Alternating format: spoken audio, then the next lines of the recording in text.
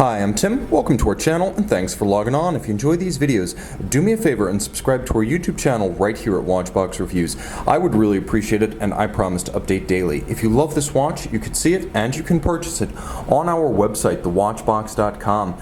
And today we are discussing what might be my favorite new FP Journe watch of the last few years.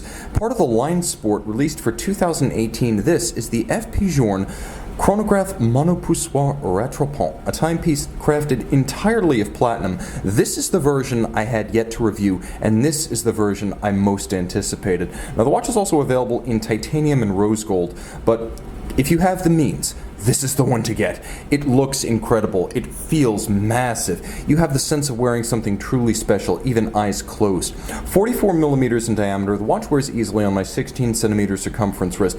It's a broad and flat watch. I would actually recommend it for a wrist as small as 15 centimeters circumference. The timepiece is only 12.3 millimeters thick, so think Rolex Daytona and you get the general idea of the thickness of this watch. But it's also broader than a Daytona, giving it the appearance that it is pancake flat on the wrist.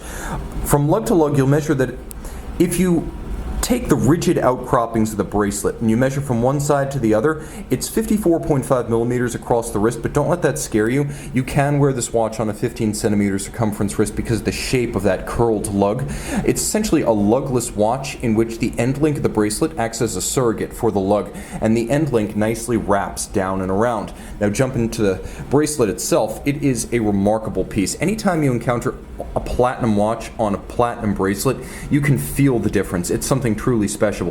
When it's a huge platinum watch, like a full platinum Daytona or Royal Oak Offshore, it's doubly so. Now you can see this is a bi-material bracelet with a little bit of a slash cut, a V-splay, the center links being straight, the outer links being that splay design with a little bit of a slash cut profile, and rubber bumpers down the center as well as on the outer face. The idea being to protect the hammered finish. It's a lovely matte hammered finish across the platinum of the bracelet. It looks a bit like a sandblasted texture, and you have plenty of rubber bumpers. You also have precious metal screws, so unlike a certain Patek Philippe sports watch, you have screw-fixed links, not pin sleeves. You'll also note that it's a true sports watch bracelet with plenty of gaps on the underside to vent the wrist on a hot day and avoid pinching skin or pulling hair.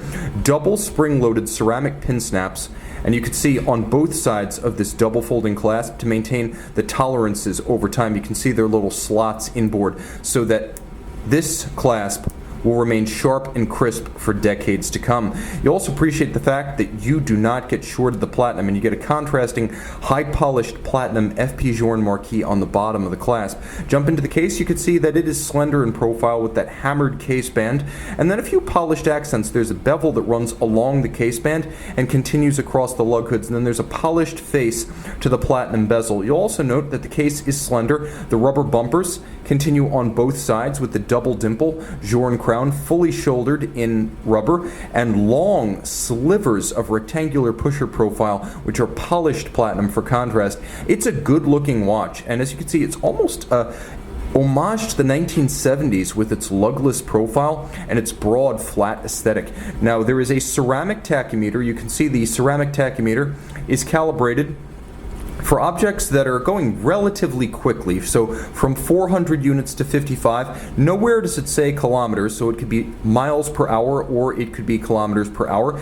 And functionally the watch is a monopusher, meaning you split the seconds using what would normally be the reset pusher down at 4 o'clock, and you can continuously find the gap between two concurrent events. For example, race cars around a track crossing the finish line at different times. You can find out whether the gap is waxing or waning, but when you do stop this chronograph, you must reset it using the monopusher. That's why, though it appears to have two chronograph pushers, it is in fact a monopusher rattrapante. And of course you could see that the two hands are different colors, so you can keep track of which is which. Now getting a little bit closer, you can see one of the features that distinguishes this model, the mauve dial. It's a dark purple with a matte finish, and you can see all white gold stylized Arabic numerals, a white gold bezel framing the constant seconds and the chronograph minutes. You have a double-digit date down at 6 o'clock, which does feature a quick set mechanism. Let me find it. There it is. There is a quick set mechanism so you can rapidly cycle that double-digit date, a date absent on Journe chronographs since the demise of the octachrono. Welcome for those of us who like to wear our watch every day and consider it a utilitarian implement when it's not serving as a totem of high style. I like having a date on my watch, FP Journe well played, and it's a bilaterally symmetrical dial. You can cut down the center and it's symmetrical side to side. Now the bezel with the dial side bolts is an FP Journe style signature, so that's present and correct, and there's a lovely hobnail at the center of the dial that helps to create another reflective texture, so the light plays differently across the different shapes and textures and colors and materials of the dial. Turn it all over.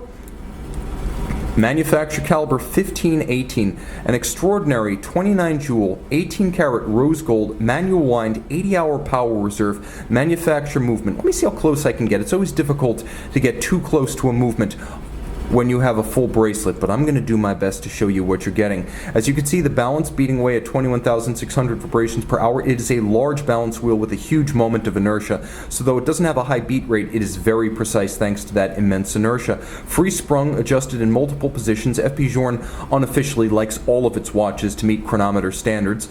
Of course, the movement is immense, over 33 millimeters in diameter. It fits the case perfectly. You'll also note that there's several different types of finish. You can see satin finishing on the levers of the chronograph. You can see, get everything operating so you can appreciate the satin finish on the levers of the chronograph. There's also black polish on other components, including, as you can see, the bridge over the Rattrapante mechanism, entirely black polished. All screw heads are black polished with chamfered slots. The bridges feature Côte de Genève in circular form, perfectly aligned from bridge to bridge. Let's see if we can look at it from a different angle. You'll also find that there is engine-turned perlage on the base plate and the edge of every bridge, as well as bridges for the chronograph mechanism and the levers, immaculately mirror-rounded off, that mirrored chamfer on the edge of every chronograph lever, the chronograph bridges, and the bridges of the movement.